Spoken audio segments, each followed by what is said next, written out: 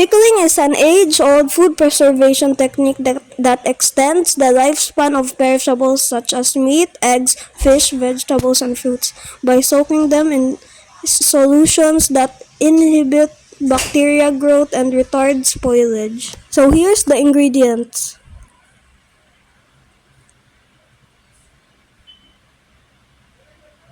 Wash the mangoes.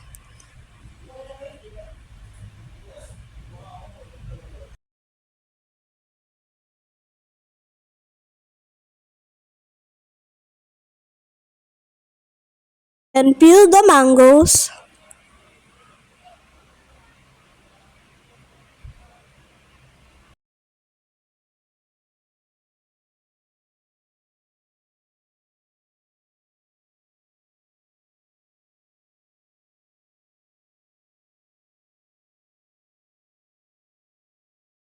Slice the mangoes into half-inch thick.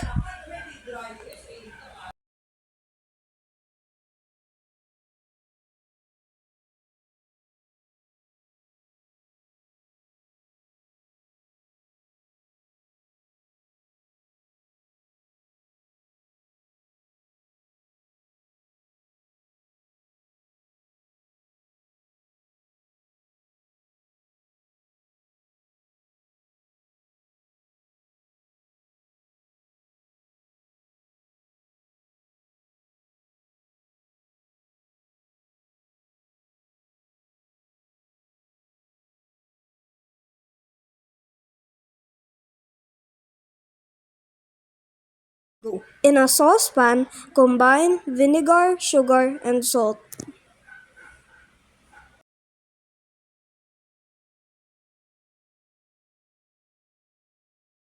Stir to dissolve the salt and sugar.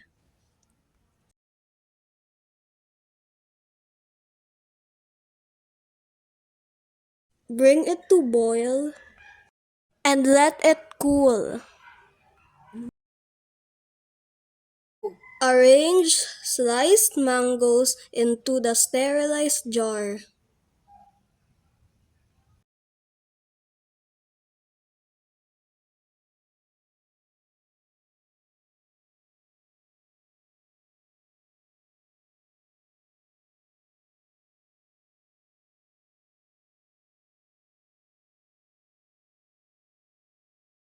Pour the brine over the sliced green mangoes. Cover with tight-fitting lid and let it cool to room temperature.